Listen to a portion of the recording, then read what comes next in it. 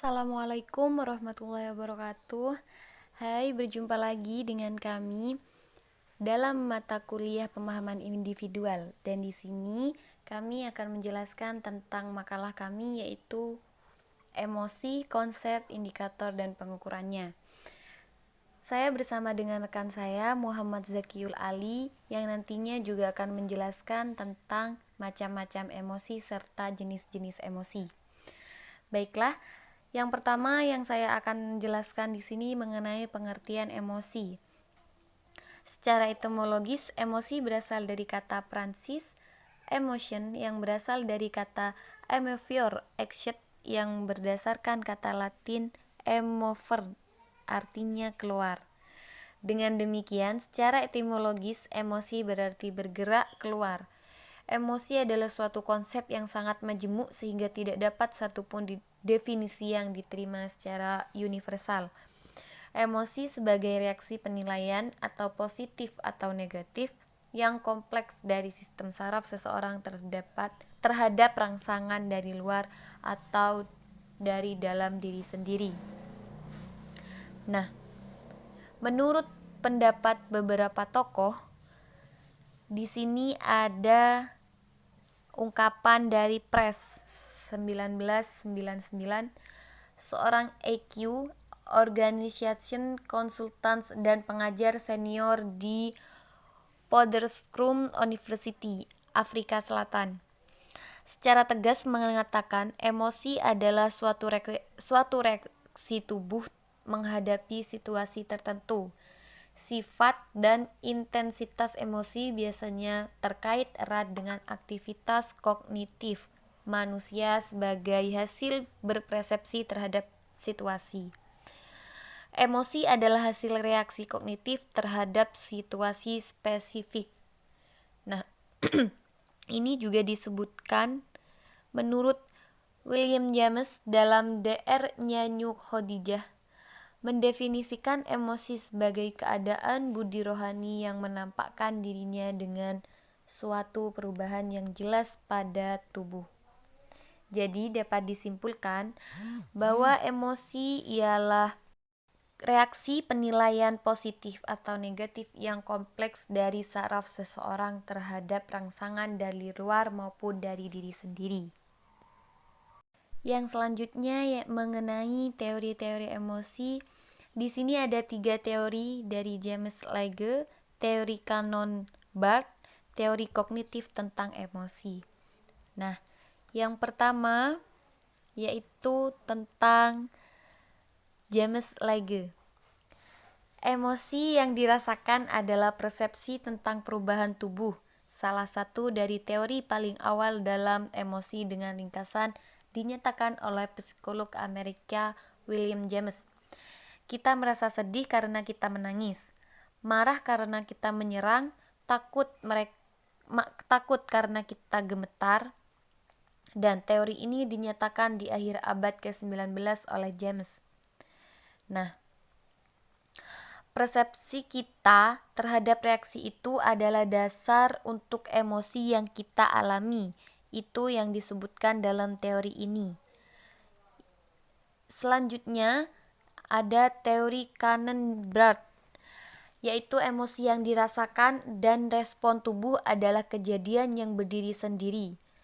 Di tahun 90-an, teori lain tentang hubungan antara keadaan tubuh dan emosi yang dirasakan diajukan oleh Walter Cannon. Dalam teori ini, pertama kali menerima emosi adalah potensial yang dihasilkan dari dunia luar. Kemudian, daerah otak yang lebih rendah seperti hipotalamus diaktifkan. Otak yang lebih rendah ini kemudian mengirim output dalam 2 arah. Yang pertama ke organ-organ tubuh dalam otot-otot eksternal untuk menghasilkan ekspresi emosi tubuh. Dan yang kedua dikirim ke korteks cerebral di mana pola buangan dari daerah otak lebih rendah diterima sebagai emosi yang dirasakan. Nah, dan yang terakhir tentang teori kognitif tentang emosi. Nah, teori ini memandang bahwa emosi merupakan interpretasi kognitif dari rangsangan emosional, baik dari luar maupun dari dalam tubuh.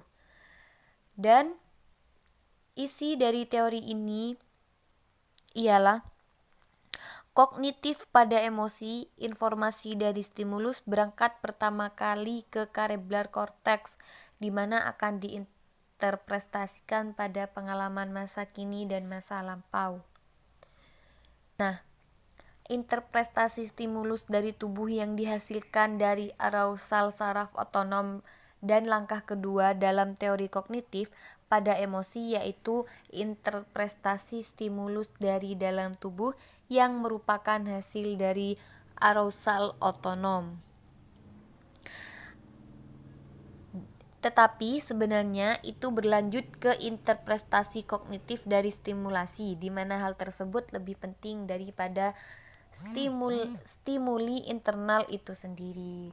Nah, itu adalah 3 macam teori yang ada di makalah kami. Yang selanjutnya yaitu macam-macam emosi. Macam-macam emosi dibagi menjadi 2. Yang pertama yaitu emosi sensoris. Emosi sensoris yaitu emosi yang ditimbulkan oleh rangsangan dari luar terhadap tubuh, seperti rasa angin, manis, sakit, lelah, kenyang, dan lapar. Yang kedua yaitu emosi psikis.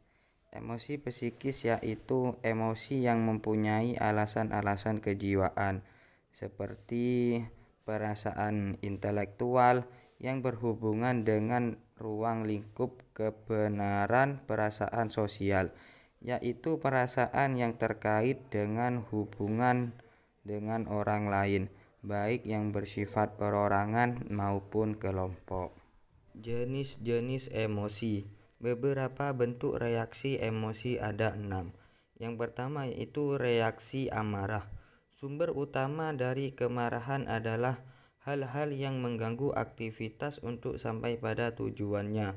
Dengan demikian, ketegangan yang terjadi dalam aktivitas itu mereda, bahkan bertambah. Yang kedua yaitu reaksi takut. Takut adalah perasaan yang mendorong individu untuk menjauhi sesuatu dan sedapat mungkin menghindari kontak dengan hal itu. Yang ketiga, reaksi kebahagiaan. Gembira adalah ekspresi dari kelegaan, yaitu perasaan terbebas dari ketegangan. Perubahan utama akibat timbulnya kebahagiaan adalah meningkatnya kegiatan pusat otak yang menghambat perasaan negatif dan meningkatkan energi yang ada dan menenangkan perasaan yang menimbulkan kerisauan. Contohnya seperti gembira, riang, puas, terhibur, bangga, rasa terpesona, dan lain-lain. Yang keempat yaitu reaksi perasaan cinta atau kasih sayang, yaitu serangkaian reaksi di seluruh tubuh yang membangkitkan keadaan menenangkan dan puas sehingga mempunyai kerjasama. Contohnya penerimaan, persahabatan, kepercayaan, kebaikan hati, rasa dekat, kemesraan, dan lain-lain. Yang kelima yaitu reaksi perasaan sedih, yaitu kesedihan menurunkan energi dan semangat hidup untuk melakukan kegiatan sehari-hari, terutama kegiatan penghambat waktu dan kesenangan. Yang keenam, khawatir. Khawatir atau was-was adalah rasa takut yang mempunyai objek yang jelas atau tidak ada objek sama sekali. Khawatir menyebabkan rasa tidak senang, gelisah, tegang, tidak tenang, dan tidak aman. Kekhawatiran seseorang untuk melanggar norma-norma masyarakat adalah salah satu bentuk kekhawatiran yang umum terdapat pada tiap-tiap orang. Dan khawatir ini justru positif karena dengan demikian orang selalu bersikap hati-hati dan berusaha menyesuaikan diri dengan norma masyarakat. Demikian dari kelompok kami, Kurang lebihnya mohon maaf. Akhiron wal afu minkum. Wassalamualaikum warahmatullahi wabarakatuh.